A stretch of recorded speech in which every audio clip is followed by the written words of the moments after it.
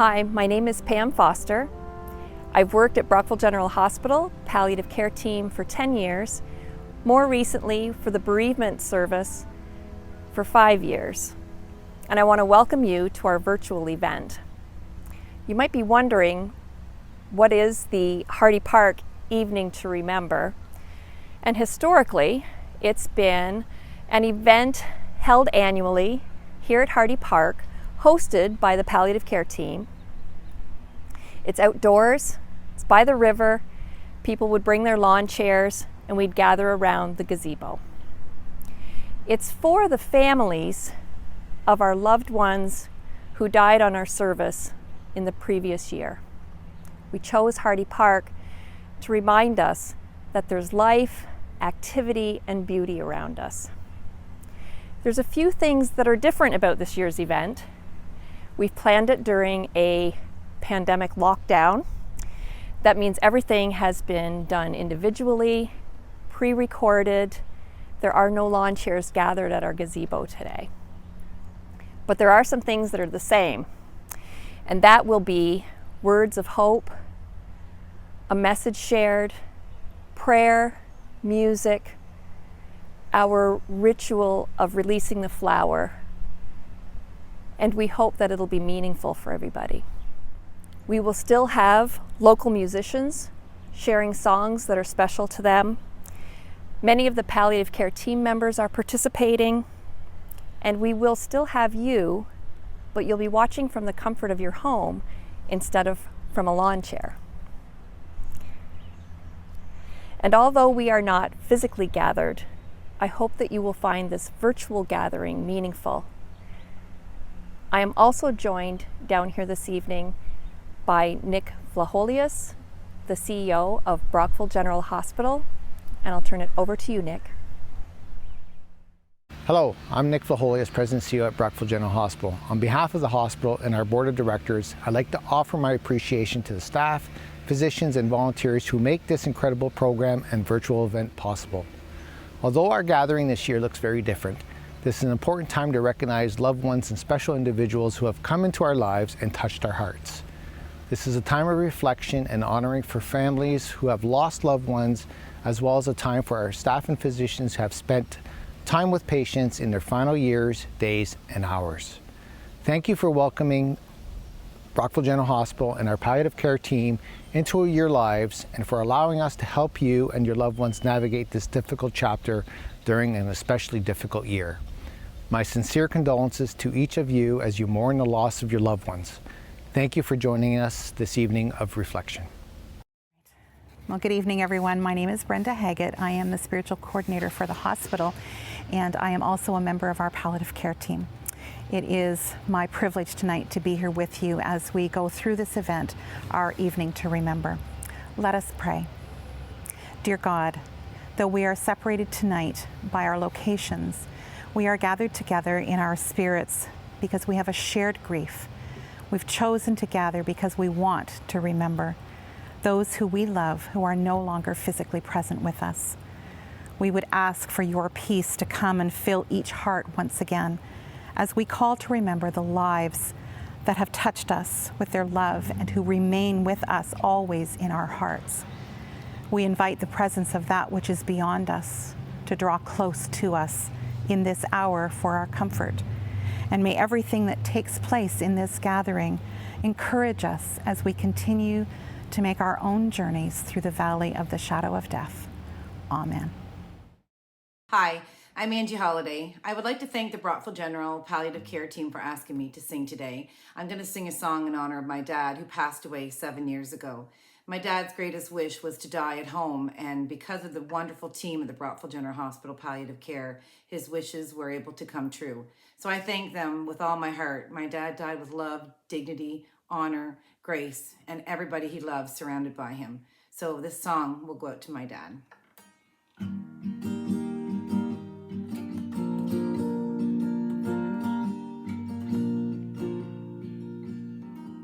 He had a southern drawl like a red-bone hound,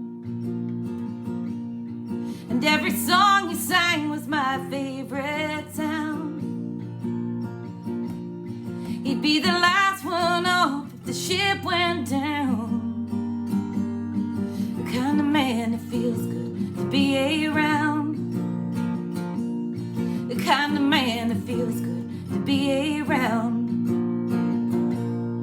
He had hair as white as a cotton field, and he could spin you a story like a wagon wheel. Never went nowhere without a rod and reel. Oh, I miss that man, and I always will. I miss that man, and I always will. You see through a lie like an old screen door. He taught me how to hunt, how to love the Lord. He carried a Bible in a 44, and they just don't make him like that no more.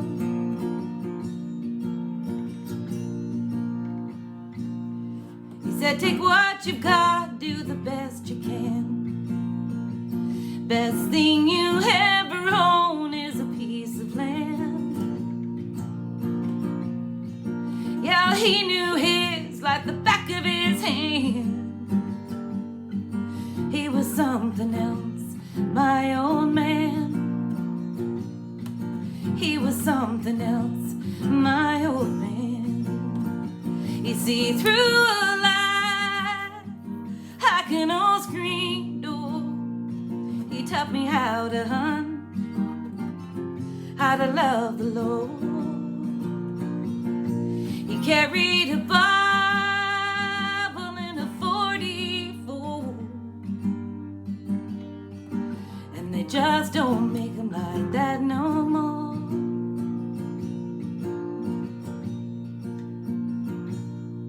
I saw him strum this thing every chance he could, and he left it to me like he said he would. And if you ask me why it sounds so good, it's 'cause I'm holding more than strings and wood. 'Cause I'm holding more than strings and wood. You'd see through a lie like an old screen door. He taught me how to hunt, how to love the Lord. He carried a Bible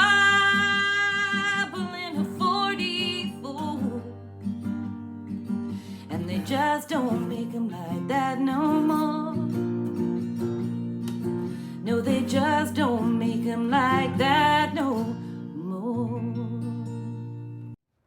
Hi, my name is Liz Rogers. I am the volunteer coordinator in palliative care. I look after all our in-hospital volunteers.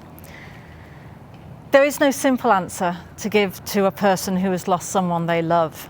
Every day we meet with people who are dealing with a mother, father, brother, sister, cousin or friend who is dying. You would think that we would find answers, know the right words to say. Yet there is nothing we can say or do that will remove the pain they are experiencing. We recognise that our role is simply to help families deal with the final arrangements by serving and guiding in a difficult time. There are resources which can help us gain perspective. One such resource is from a Reddit user called UG Snow. They identify themselves as an old man, a man who has loved and lost many times. UG Snow responds to someone who lost a child. His heartfelt plea is wise, but from experience of losing many people. All right, here goes. I'm old. What that means is that I've survived so far, and a lot of people I've known and loved did not. I've lost friends, best friends, acquaintances, co-workers, grandparents, mom, relatives, teachers, mentors, students, neighbours, and a whole host of other people. I have no children, and I can't imagine the pain it must be to lose a child. But here's my 2 cents. I wish I could say you get used to people dying. I never did. I don't want to. It tears a hole through me whenever someone I love dies, no matter the circumstances. But I don't want it to not matter. I don't want it to be something that just passes. My scars are a testament to the love and the relationship that I had for and with that person. And if the scar is deep, so was the love. So be it. Scars are a testament to life. Scars are a testament that I can love deeply and live deeply and be cut or even gouged, and that I can heal and continue to live and continue to love. And the scar tissue is stronger than the original flesh ever was. Scars are a testament to life. Scars are only ugly to people who can't see. As for the grief, you'll find it comes in waves. When the ship is first wrecked, you're drowning, with wreckage all around you. Everything floats around you, reminding you of the beauty and the magnificence of the ship that was and is now no more. And all you can do is float. You find some piece of the wreckage and you hang on to it for a while. Maybe it's some physical thing. Maybe it's a happy memory or a photograph. Maybe it's a person who is also floating. For a while, all you can do is float and stay alive. In the beginning, the waves are 100 feet tall and crash all over you without mercy. They come 10 seconds apart and don't even give you time to catch your breath. All you can do is hang on and float. After a while, maybe weeks, maybe months, you'll find the waves are still 100 feet tall, but they come further apart. When they come, they still crash all over you and wipe you out. But in between, you can breathe, you can function. You never know what's going to trigger the grief. It might be a song, a picture, a street intersection, the smell of a sweet cup of coffee. It can be just about anything, and the wave comes crashing. But in between waves, there is life. Somewhere down the line, and it's different for everyone, you find that the waves are now only 80 feet tall or 50 feet tall, and while they still come, they come further apart. You can see them coming, an anniversary, a birthday or Christmas, or landing at O'Hare Airport. You see it coming, for the most part, and you prepare yourself. And when it washes over you, you know that somehow you will again come out the other side, soaking wet, spluttering, still hanging on to some tiny piece of the wreckage, but you'll come out. Take it from the old guy. The waves never stop coming, and somehow you really don't want them to, but you learn that you'll survive them, and lots of other waves come, and you'll survive them too. If you're lucky, you'll have lots of scars, and lots of loves, and lots of shipwrecks. Carolyn Aarons wrote the song To Cry For You for her own mother. She'd been struggling with her grief and trying to hold back her tears for about 6 months. Then she attended a funeral for another mom, and this woman's son spoke at the gathering and assured them that of course he would cry. It's his honor to cry for her. That changed Carolyn's view of her own grief, and she wrote this song, To Cry For You.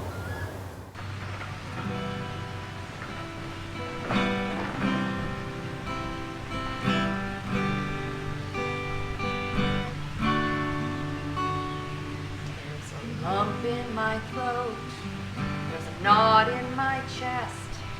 I'm tired to the bone, but I cannot rest. But it's only right to feel like I do, 'cause it is my honor to cry for you.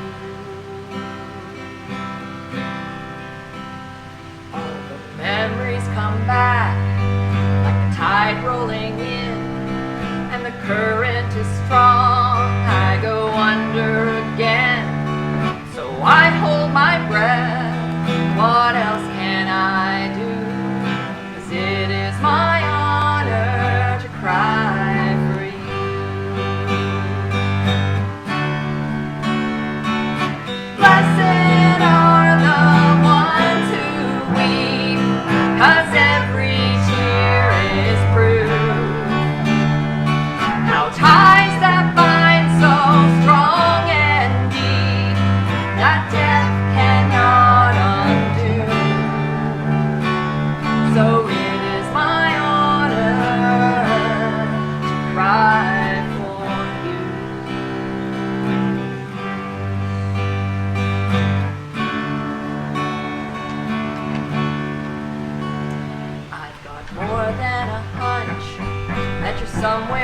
good, it'd be wrong to come back.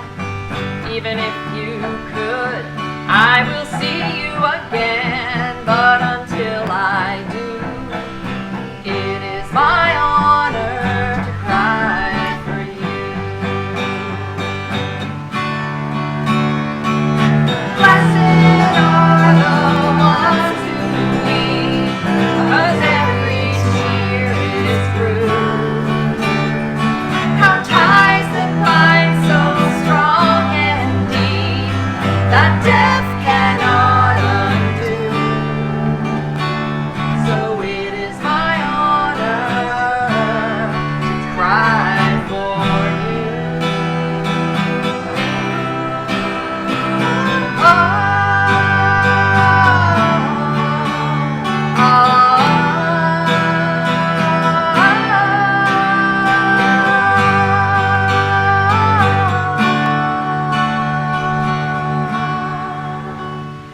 There's a lump in my throat, there's a knot in my chest, but the ache in my soul tells me I am blessed. When the sorrow is great, the love is too, and it is my honor to cry for you. I guess grief is the work that love must do. So it is my honor to cry for you.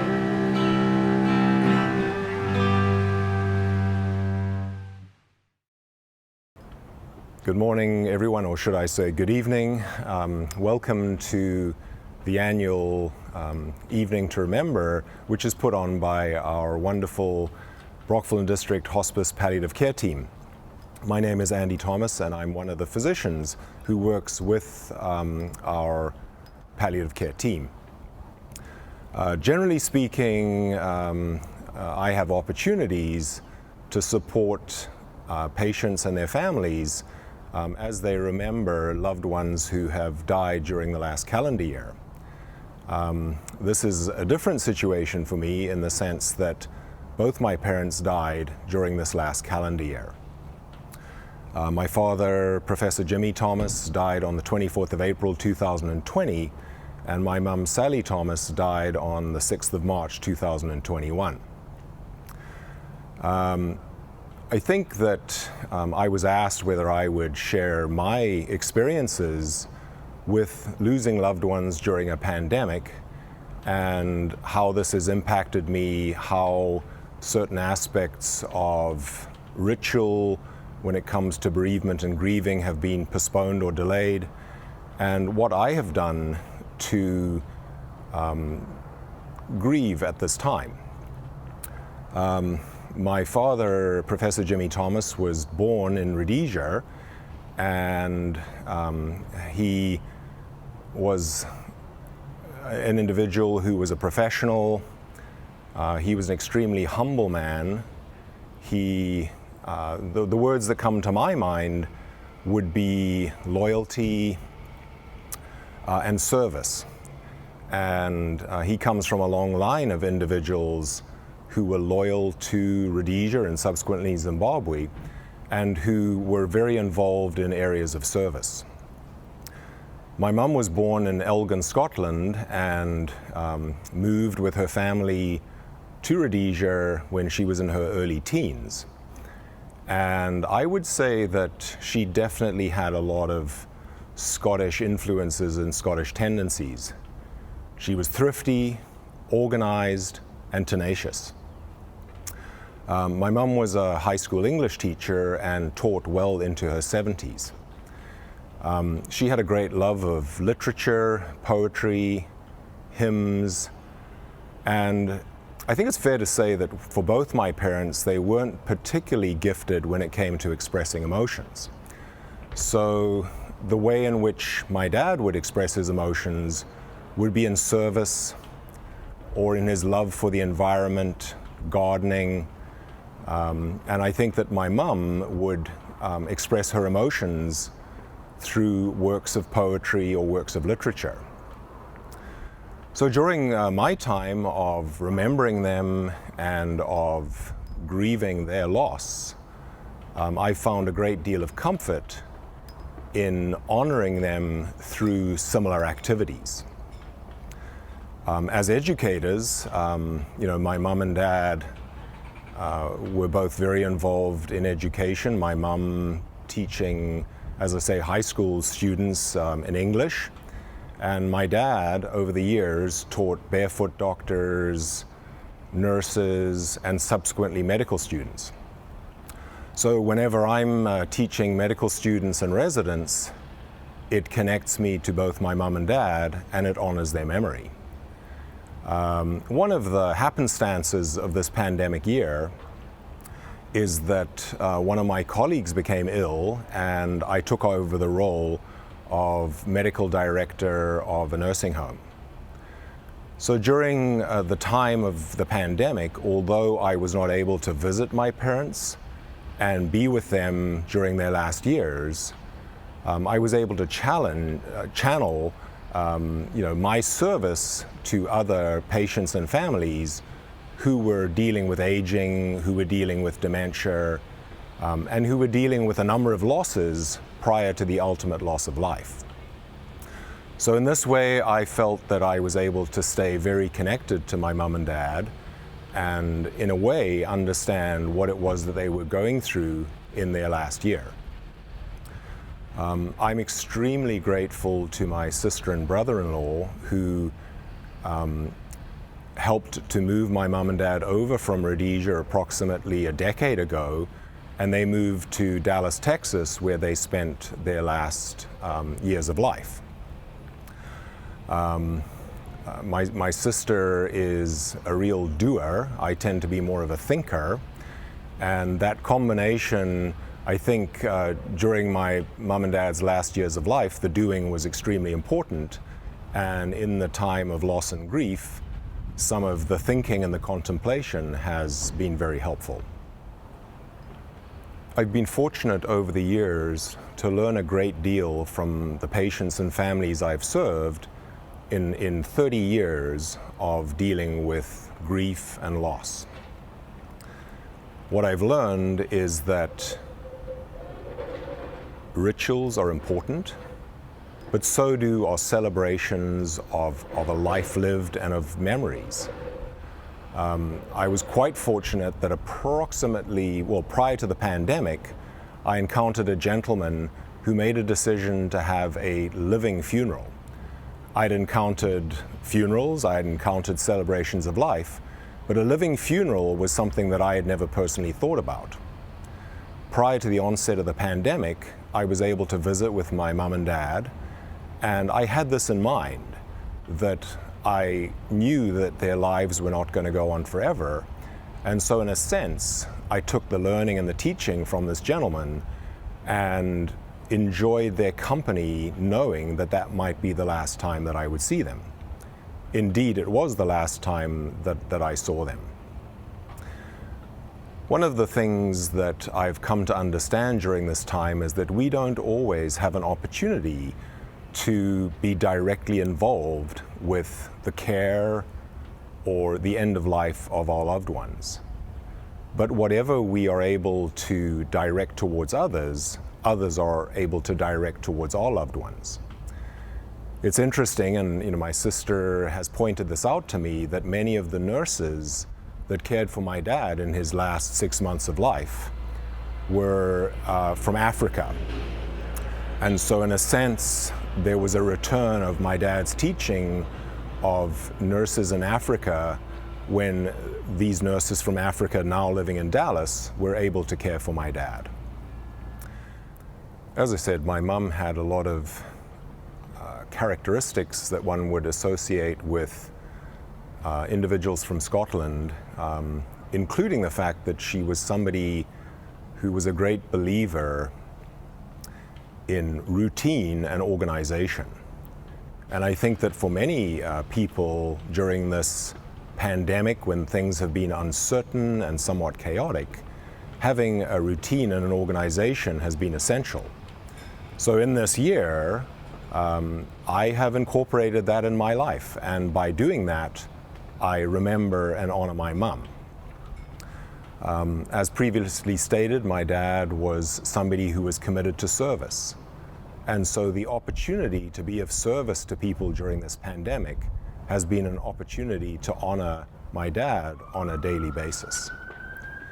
I've done a few little things, and one of the little things that I've done is to have many of my passwords connected to my mum and dad. And so every time I fire up my computer, I remember them.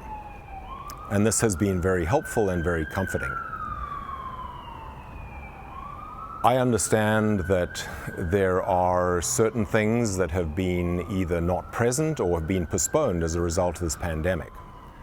My mum and dad were both cremated. This was a decision that my brother, my sister, and I jointly made, and their ashes were scattered in White Rock Lake in Dallas. Just this weekend, my sister discovered some papers that my mum and dad had kept locked in a briefcase, and it turned out that what my sister did for my mum and dad in their cremation and subsequent celebration of life were exactly what they wanted. My mum and dad were environmentalists and minimalists before these things had become fashionable. They loved simple pleasures. And so when my sister and brother, in the case of my dad, it was my sister, in the case of my mum, it was my sister and brother, when they took their ashes out on a kayak onto White Rock Lake, this was truly a celebration of my mum and dad's lives. Today's weather is absolutely beautiful, and there is no doubt that my mum and dad would have commented on that. They probably right after this would have gone to have a cup of tea. I know that for both of them, there were certain things that gave them incredible pleasure, and they always had a sense of gratitude towards the things that they were privileged to have, whether that was their careers or their family or simple things like a piece of fruit. My dad was really like a schoolboy when it came to the simple pleasures of life. As I say, my mum expressed her emotions through literature and poetry, and in fact, in the last week of her life, she recited a poem and a hymn from beginning to end.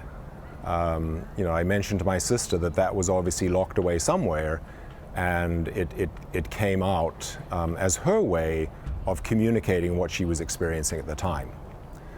One of my mum's favorite poems is the Desiderata, and I think that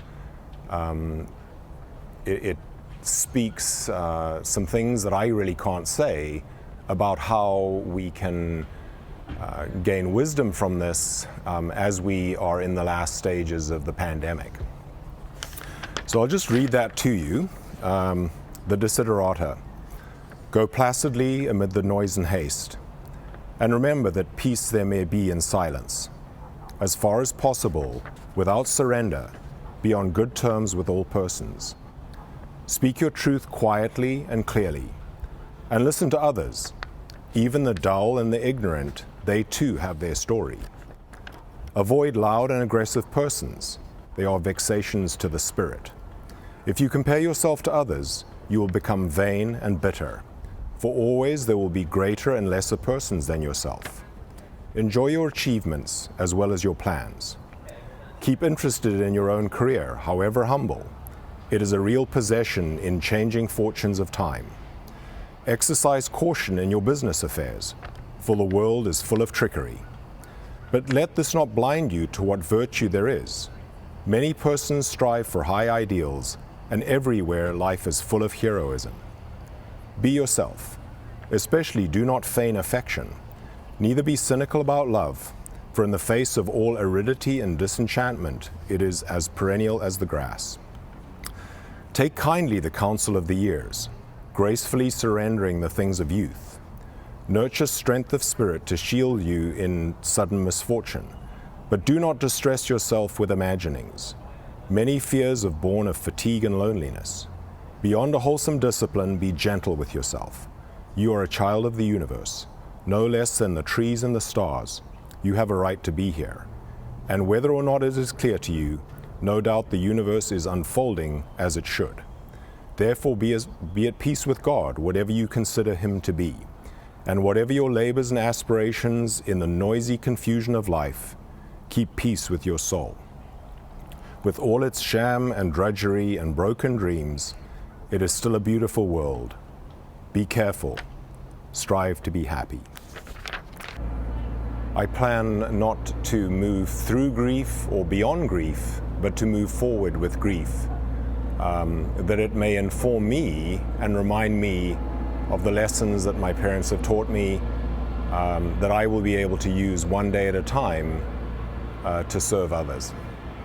Thank you for your time and attention, and I am sorry for the losses that you've experienced in this calendar year. May you find comfort in whatever supreme force of the universe you might ascribe to. Thank you. Our next artist is George Tierney, and he heard this song, The Parting Glass, for the first time at his father's funeral service when the priest sang it. I heard it for the first time when I heard George perform it, and I knew that I'd be asking him to participate and share it with this evening to remember. For all the money e'er I had, I spent it in good company, and all the harm that e'er I've done, alas, it was to none but me. And all I've done for want of wit, to memory now I can't recall. So fill to me the parting glass. Good night, and join me, will you all? So fill to me the parting glass, and drink a health whate'er befalls. I'll gently stand and softly call. Good night, and join me, will you all? For all the comrades e'er I had, they are sad to see me go away. And all the sweethearts e'er I had would wish me stay for one more day.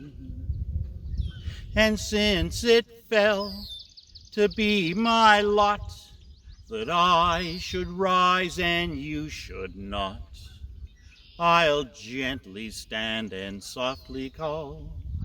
Good night, and join me, will you all? So fill to me the parting glass, and drink a health whate'er befalls. I'll gently stand and softly call.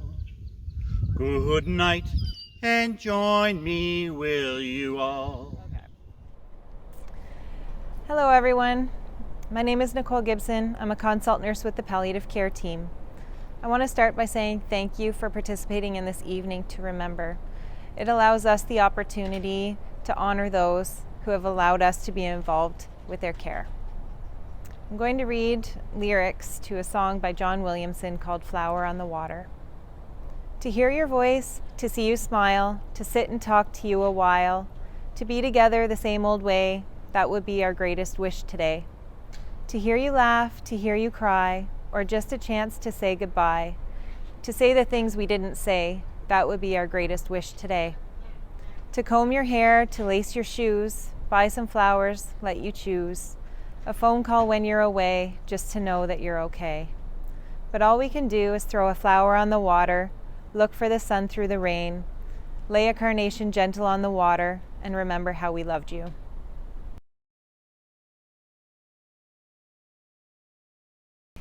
I've invited some members of our palliative care team and Brockville General Hospital staff to participate in the flower release. They'll pick a carnation and go to the river's edge, have some quiet thoughts, and then release their flower in memory of a loved one. I hope that some of you have also been able to obtain a flower, release it to the water, and I really hope that you've enjoyed this evening to remember at Hardy Park. Thank you for watching.